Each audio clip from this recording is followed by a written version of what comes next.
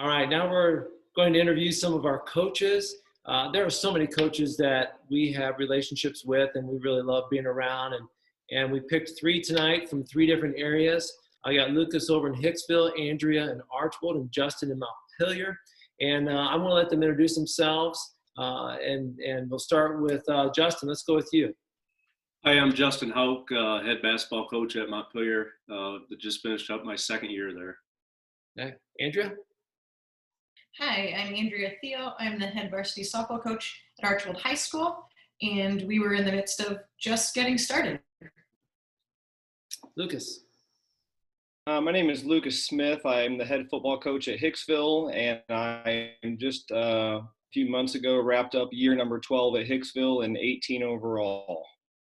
Okay. So wide variety, and I know, Justin, you said 2 years at Montpelier, but you had taken a few years off with your family. You were coaching before that. So a lot of you have years of coaching underneath your belt. Justin, let's start with you. How are you connected to FCA? What's your connection as a coach? Probably our biggest connection, and I love to have it, is once a week Rex comes in and gives us a team time. It's a great opportunity for Rex to share a little bit of his wisdom about God and his wisdom about sports and intertwine those. And he really does a great job of keeping the kids interested once a week. They look forward to seeing him. So that's our biggest connection with FCA. Those are a lot of fun. And I know we've had so many chaplains and volunteers lead our team times. And that's one of my favorites as well. Andrea, how about you? What's your connection to FCA? A lot like Justin's at Montpelier. Last year I had contacted Rex to come in and work with our team. And again, we had just started it this year. We had one team time and then everything got shut down, but same thing, it's kind of the way it went. Yeah, that was so frustrating. It's fun to get started and all of a sudden the brakes came on. Lucas, tell us about your relationship to FCA.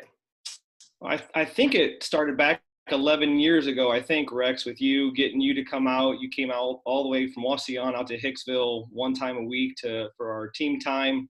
And then when Rick Straley got on board with FCA, since he lives right there in town for us, he's been coming out every season since then. And then also really enjoy the weekly huddles during lunchtime at school with the kids.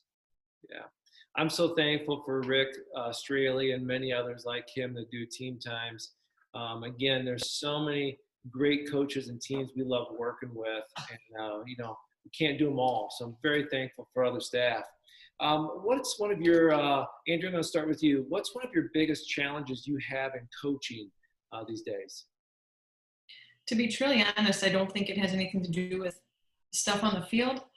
For me, it's getting the kids, especially female athletes, to understand that their worth and their value doesn't come from their success on the field, and that their failures don't define who they are. And so they get, I think, a lot of times so wrapped up in their performance, and I don't know if it's pressure coming from outside parents and social media. I'm not really sure, but I think that's my biggest issue, is getting them to believe that it's bigger than just the 7 innings we play on the field, and get them to buy into that. Yeah, that's definitely a challenge, especially right now, because they're not playing. And if their identity's been wrapped up in their sport and they're not being able to participate, we really got to pray for these students, because they're probably struggling right now. Justin, how about yourself?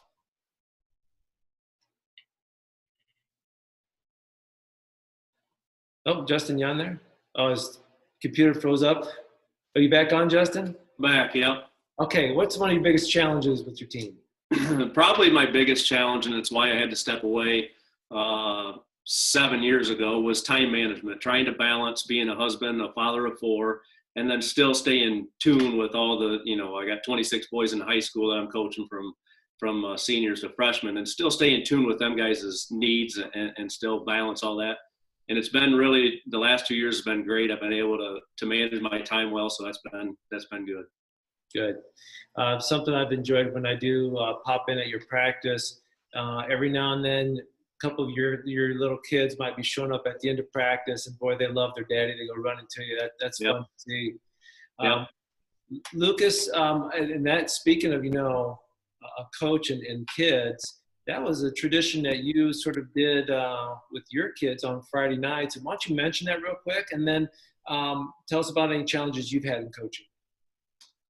What do you mean as far as my kids? Did they come down onto the field after the ball game or right before the game? Yeah, I've got a few pictures. Just it was kind of an emotional time for me. You know, that the kids run out of the tunnel for Friday night game, and you're already kind of jacked up, and all of a sudden your little girl runs over to you and gives you a hug, and it kind of keeps things in perspective. You know, for me when you have those moments.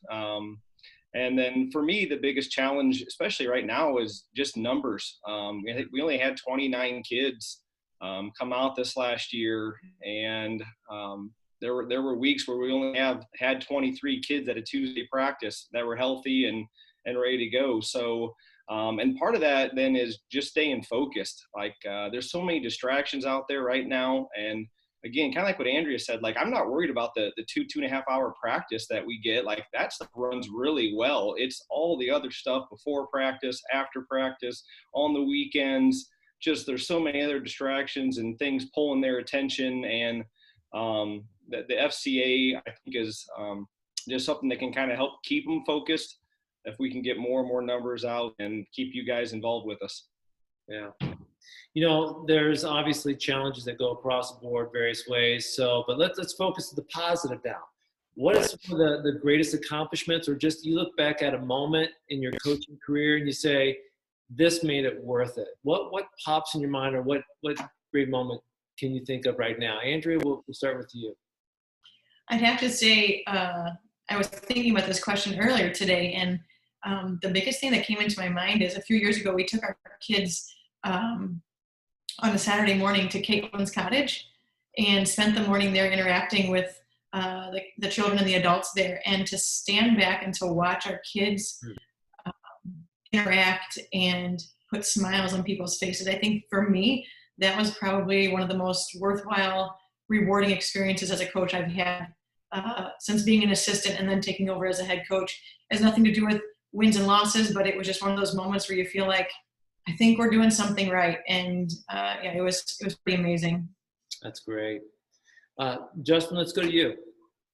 At first, when I got this question asked to me, I kind of thought about maybe some basketball, great highlights in basketball, but I thought it goes a little bit deeper than that. Kind of the thing I like the most, I think, that is the greatest, is spending one Sunday each year. We as a team will pick a player, we'll go to this church as a team, and it's something that's not mandatory, and it's neat to see majority of the kids show up, and actually it's evolved into now it's players, coaches, and players or coaches' families even showing up. And so we'll go to church together as a team, and then go out to lunch and hang out in the afternoon playing video games or watching basketball on TV or whatever. So it's just good team bonding stuff. I like that. That is good team bonding. Instead of missing church, you guys go to church together, not mandatory, and you move it around. That's cool. And I remember years ago when you're at North Central, you guys drove all the way to Wauseon to visit our church, and that was fun seeing you guys pull in, and it took a lot of people by surprise. Yep. What about you?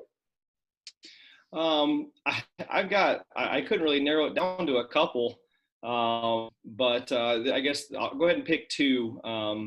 Back in 2011, we were playing Archibald week 1, and we had a couple score lead on them, and they came back and beat us in overtime, and it was just a heart-wrenching loss for us coaches and the kids.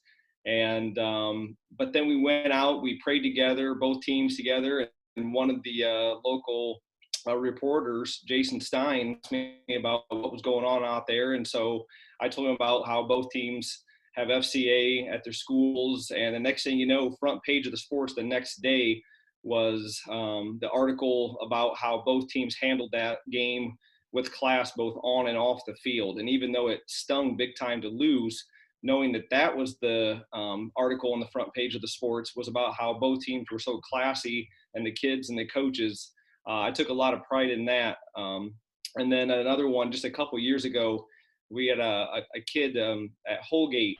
One of Holgate's players got hurt really bad, and the EMS had to come on the field. And next thing I know, of course, there are some other behind the scenes things there. I was kind of really kind of like stressed out with why I'm coaching, because my wife was in the hospital, my dad was in the hospital, I'm at a Friday night football game, just trying to figure out why do you keep doing this? And then 2 of my players went over and they said, "Hey, coach, we're going to go pray for him." Mm. And they walked over, took beside the kid before he got on the EMS and prayed for him. I just thought that's pretty impressive to have kids do that. And that reminded me again why we do this as coaches. Yeah, and I appreciate you guys sharing that. All 3 of you, you see beyond the wins and losses and the records, and you see what goes on in the lives of these kids, and it's so rewarding at times. As challenging as it can be, it's also very rewarding. Thank you for what you're doing as coaches. Let's wrap this up with one more question, or not so much a question, but what would you want to say to the parents and the students that are watching tonight? What word of encouragement could you give to them? Andrew, let's go with you. Sorry. Hey, no problem. I think the biggest thing is, there are so many circumstances that are out of our control. And I think that it's important that, how we respond to them. And I just sent something out to our team today, actually, and it was, the more you count your blessings, the less you're going to be stressing, is what I read. And so I think it's just a good reminder to take a pause and think about the good things that you have in your life, whether it's your family, your school, church, whatever it is, and just take a moment and actually think about all those things and trust in the bigger plan. So I think it's just, about perspective. Good. That's good. Justin, how about you? Probably push yourself to be the best person God's created you to be, and focus on being the best athlete God's created you to be. And the whole time while you're doing that, I guarantee life lessons are being learned. And so for parents, a little word to them is just be a positive influence on your son or daughter, and use your wisdom to maybe show them life lessons they're learning that they don't even realize they're learning at the time. Good. All right, Lucas, what you got? I would just encourage the kids and the parents to just get involved with as many sports as they can while they can. There's a lot of good coaches out there in multiple sports. And yes, we want to win, but I think you can see from us here tonight that it's way more than that. I've always looked at the football guys that I have, especially with my daughters getting older. I've got a sophomore daughter and a 7th grade daughter, and it hit me a couple years ago that I could be coaching my future son-in-law, and let that sink. And I take that serious. Like I could, and if I'm not coaching my future son-in-law, I'm coaching somebody, and so they better be able to take on that responsibility on the field, off the field. One thing we do too is a lot of offensive play calls are biblical characters, which allows me to tell stories to the kids, and they remember things easier. So parents, kids, we're trying to build way more than just wins and losses with you kids. And the more we can get you, I think the better prepared you're going to be too. Yeah, man. I tell you, I feel like I just came out of the locker room. I just heard 3 great coaches fire me up, and man, I appreciate you and what you're doing. And I just pray that God continues to bless you and give you the words of wisdom as you coach these young athletes, because they are an influence into their school and into their community, and they need the culture that you're producing in them right now. So God bless you. You keep up the good work, and hopefully the season will pick back up for you here soon, Andrea. We're praying for a spring season, and if not, like you said, there's certain things that are out of our control, but right now you're still coaching them even though you can't play. So keep up the good work, everybody. God bless you.